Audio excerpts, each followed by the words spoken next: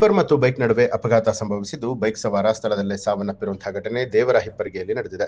ವಿಜಯಪುರ ಜಿಲ್ಲೆಯ ದೇವರಹಿಪ್ಪರಗಿ ಪಟ್ಟಣದ ಅಂಬೇಡ್ಕರ್ ವೃತ್ತದಲ್ಲಿ ಅಪಘಾತ ಸಂಭವಿಸಿದ್ದು ತಾಲೂಕಿನ ದೇವೂರು ತಾಂಡಾದ ಕೇಸು ರಾಥೋಡ ಮೃತ ದುರ್ದೈವಿಯಾಗಿದ್ದು, ಬೈಕ್ನಲ್ಲಿ ಇದ್ದಂತಹ ಮತ್ತೋರ್ವ ಸವಾರ ಮನೋಹರ್ ಠಾಕೂರ್ಗೆ ತೀವ್ರವಾಗಿ ಗಾಯವಾಗಿ ಆಸ್ಪತ್ರೆಗೆ ದಾಖಲು ಮಾಡಲಾಗಿದೆ.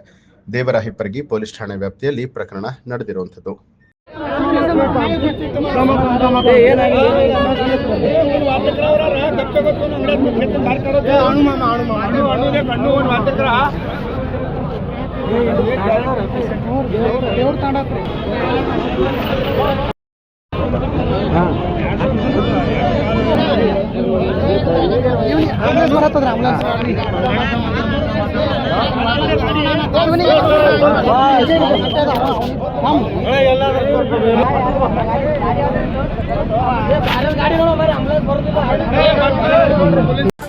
ನ್ಯೂಸ್ ಅಲರ್ಟ್ ನಿಮ್ಮಿಂದ ನಿಮಗಾಗಿ.